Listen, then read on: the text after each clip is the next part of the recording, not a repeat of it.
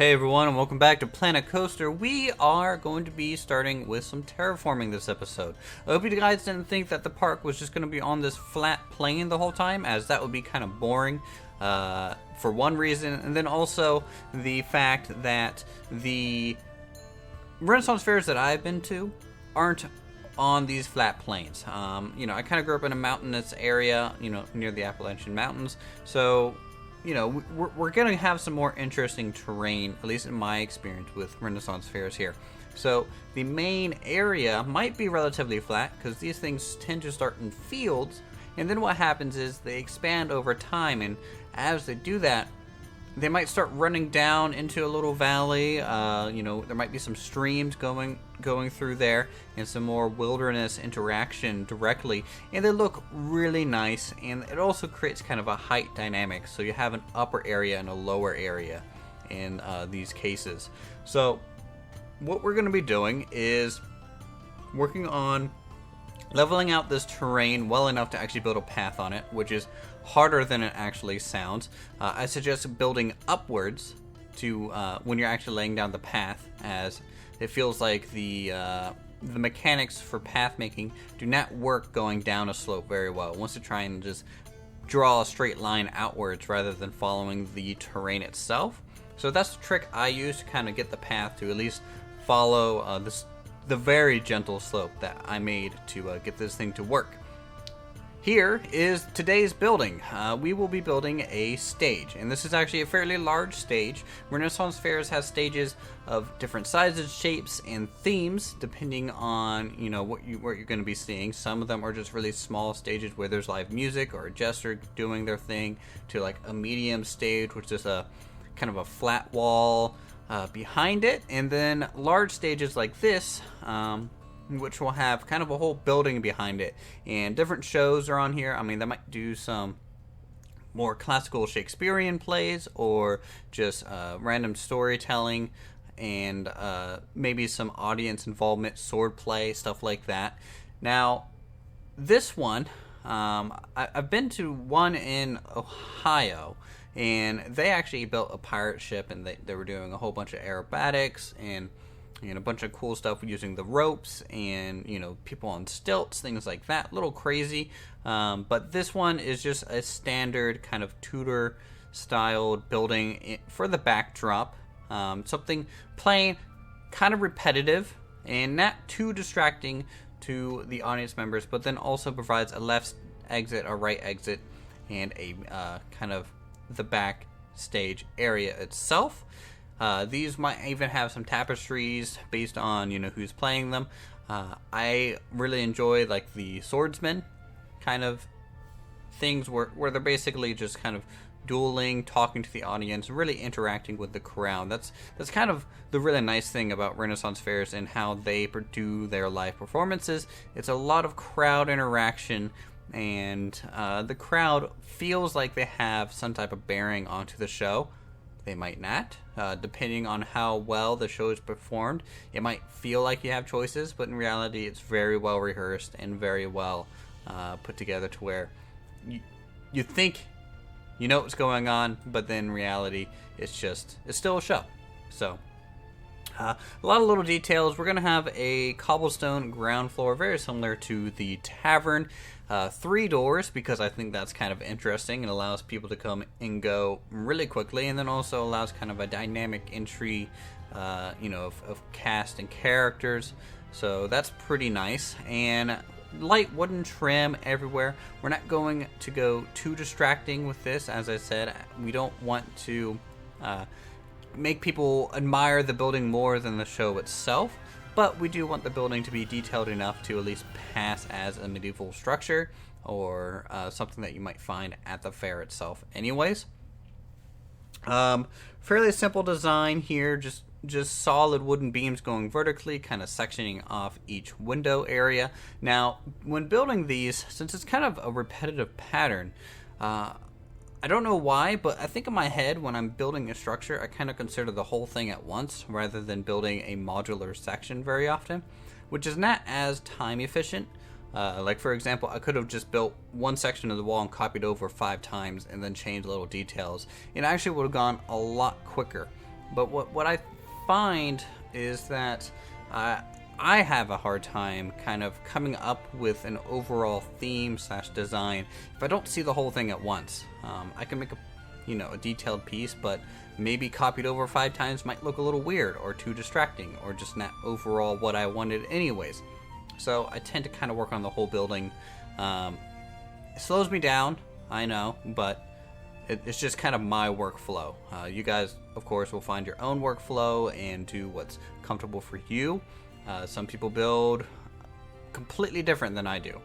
So, little wooden trims going up everywhere using the wonderful new timber pieces they provided, and doing as much as possible to just break up the surface of the standard plaster that we are using for this structure. Nothing too fancy, but detailed enough to at least give us some basic layers onto the building itself.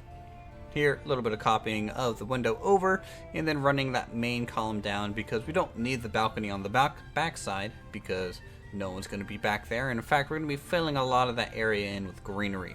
Now, I did mention that there might be creeks and stuff running through Renaissance Fair, so we're going to be starting kind of a meandering light creek that people can walk through. Well, not really walk through, but walk along, maybe, dip your toe in. Why not? And so it's going to be running underneath the outer wall. I'll have to think of kind of a cool way to incorporate the wall itself with the stream, but I think it'll look pretty cool in the long run as well. Gonna just kind of cover up that side of the building with some trees. Using trees, it kind of allows you to leave some buildings unfinished. Like if you have kind of an ugly backstage area, you don't want to see it, you put some trees there. Block it off from view. You don't have to finish buildings 100%. I kind of do, because that allows more versatility down the line if I want to copy and paste it later. But in this case, this is going to be kind of a one-off thing, hopefully, where these buildings will only be used in this park.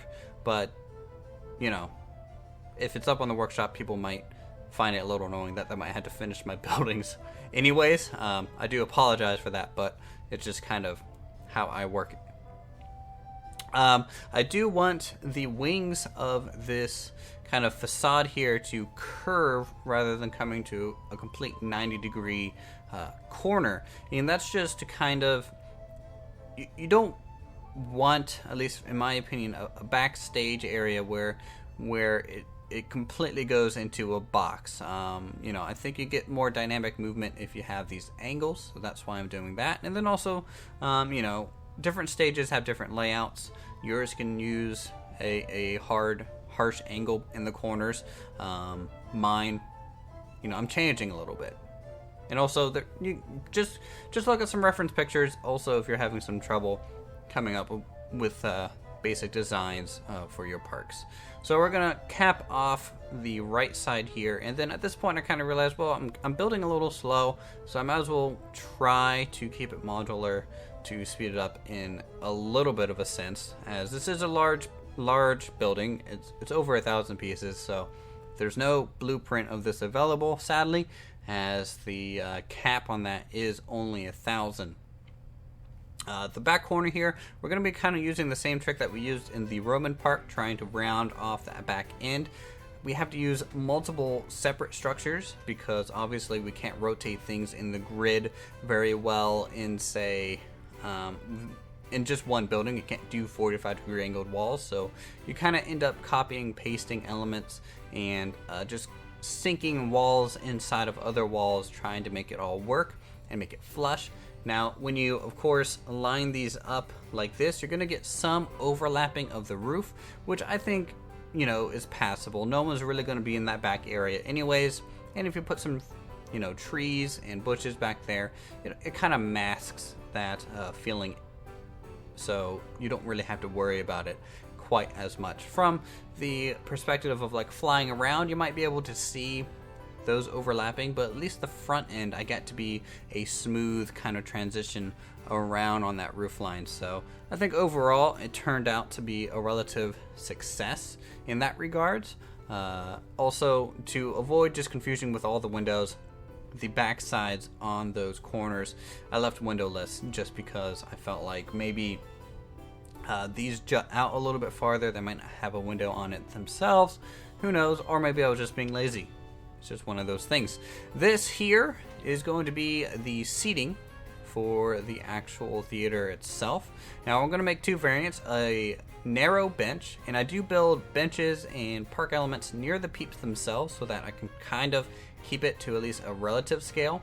And then we're going to have kind of three main, well actually four, it looks like four kind of columns going upwards and outwards, spreading across the grassy area that we did put on a slight incline so that, you know, the guests sitting behind you can see over your head a little bit easier, especially since we're wearing a bunch of fancy hats in these Renaissance fairs.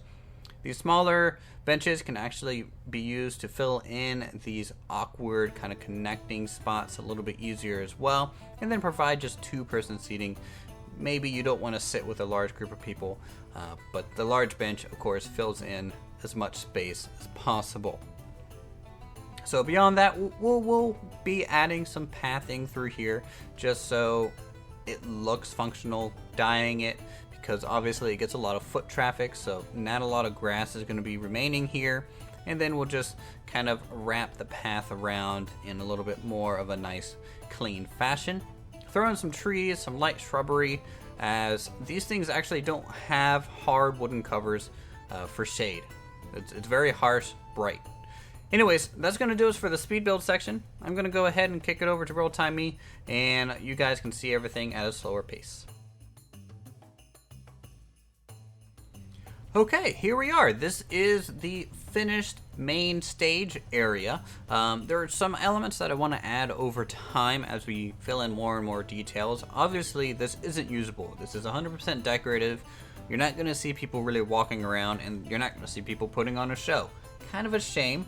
I could technically put animatronics on these and possibly lure some people in here by using some food stalls, which I might do maybe on this corner a little bit and a little bit here. Just something small, very reminiscent of the area up here, but actually maybe functional. This is a decorative kind of filler space, but I might put some shops and things, just some small elements just to lure some people in this area.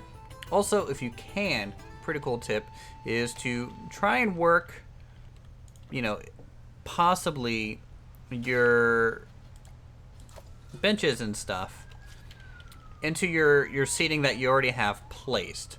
That's kind of a cool way to get them to maybe interact a little bit with your seating that you're placing down naturally. It's really hard to do just because of how the benches snap to the terrain automatically, and you might not be able to get it to fit well enough.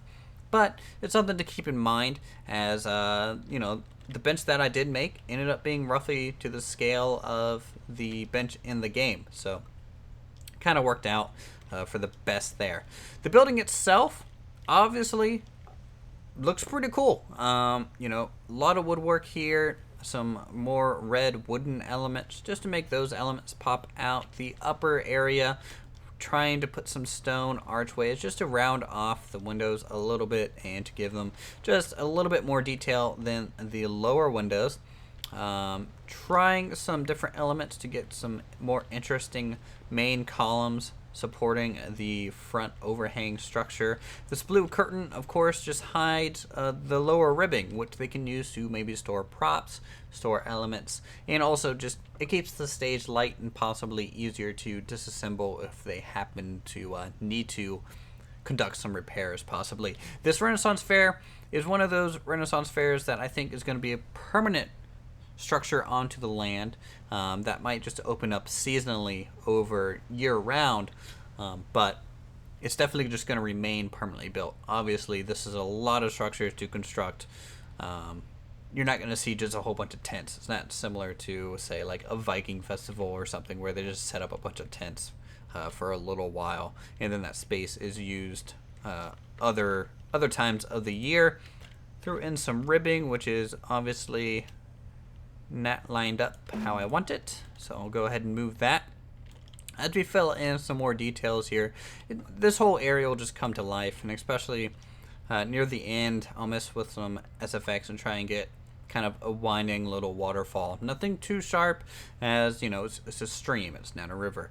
We also have rooms, and I want to do this as we start working on the path area downwards anyways, is that it's very common these stage areas get filled up. The seating runs out, and so you're going to have people standing around the edge, you're going to have people watching, and then also some people maybe watching from this upper path here. And I have seen it happen in Renaissance fairs where they might build a little viewing deck, and that viewing deck you know, keeps people off the path, but also allows you to stand up here with a very wide angle lens to watch the show. So that's something to consider as well, and hopefully you guys like that idea down the line.